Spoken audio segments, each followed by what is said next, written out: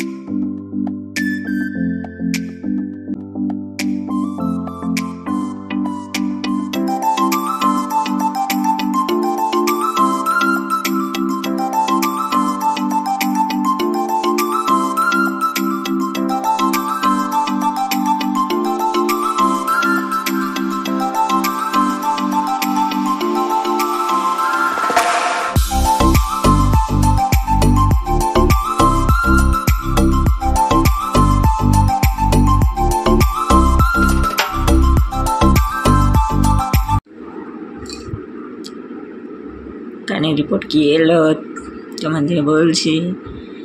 যেহেতু আমি একদমই শুনতে পারি না, ব্রেনের থেকে আমার কানের সাথে যে নার্ভের কানেকশন আছে ওই নার্ভগুলো একদম অকেজো হয়ে গেছে। যদি আমি 1,00,000 টাকা দামে মেশিনও লাগাই, এমনি লাগাই, তাহলে শুনতে পারবো না। কানে দুটো পর্দা তো ফেটেই গেছে একদম। তো এক একটা মেশিনের দাম 1.5 লাখ টাকা। ওই মেশিনটা আবার বাইরেও বসাবে না, মাথার পেছনে এই জায়গাটায় কেটে এখানে বসাবে ভেতরে, আর কানের পর্দা লাগিয়ে দিবে। মেশিন অপারেশন করে বসাইতে আর কানের পর্দা লাগাতে একটাতেই 2 লাখ টাকা। ওরা এসব করে দেবে, তার মানে দুটোর জন্য 4 লাখ টাকা। আমার মতো মানুষের কি হবে? এত লাখ টাকা দিয়ে কানে শোনা, জানি না কি হবে। শুধু ভগবানের উপর ভরসা করে আছি, যিনি রোগ দিয়েছেন তিনি ঠিক উদ্ধার করবেন, না করবে তো কিছু করার নেই। 4 লাখ টাকা তো আর বাড়ির কাছে না। এরপর পায়ের জন্য ট্রিটমেন্ট করতে ব্যাঙ্গালোর গেলেও অনেক খরচা আছে। ও আর কত টাকা করবে সেটাই ভাবছি, এখন কি করব। এই জন্য আর ভিডিও দিতে ইচ্ছে করে না। চ্যানেল থেকেও যে কোনো কিছু হবে যে আশাটাও নেই। মানুষে চাইতেই ভিডিও ভাইরাল হয়ে যায়, অথচ আমাদের ভিডিওগুলো এত কষ্ট হয় তবুও ভিডিওগুলো ভাইরাল হয় না। আজকাল আর ভালো জিনিস মানুষ দেখে না বোঝে।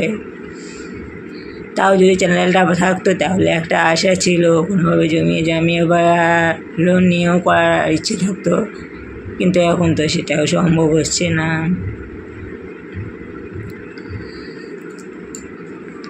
কি যে করবো, হয়তো আর কোনোদিন কানেই শোনা হবে না।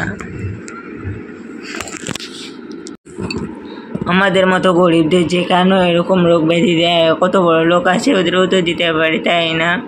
ভগবান এত বড় পরীক্ষায় আমাকে ফেলে, আমি কোথায় পাবো এত টাকা? বাড়ির যা ইনকাম ওই দিয়ে তো সংসারই চালাতে হয়, আবার ঘরের লোন আছে।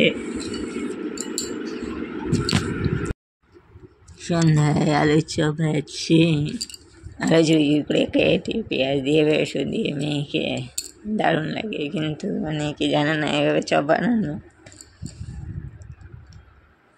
আর এই লুচি আছে, সব কাজে আমাকে হেল্প করে, আমি বেলে দিলাম ভাজতেছে। শত কষ্ট শত মাঝেও আমরা হাসি খুশি দুজনের পাশে। কিন্তু বেচারা ক্যামেরার সামনে আসতে ভীষণ লজ্জা পায়। তো বন্ধুরা, ভিডিওটি কেমন লাগলো অবশ্যই জানিও, আর একটা লাইক দিয়ে যেও। আর সবাই আমার জন্য প্রার্থনা করো যেন আমি টাকা জোগাড় করে আমার কানের জন্য ট্রিটমেন্ট করতে পারি। সবাই ভালো থেকো, সুস্থ থেকো। আজকের জন্য ভিডিও এখানেই শেষ করলাম। টাটা।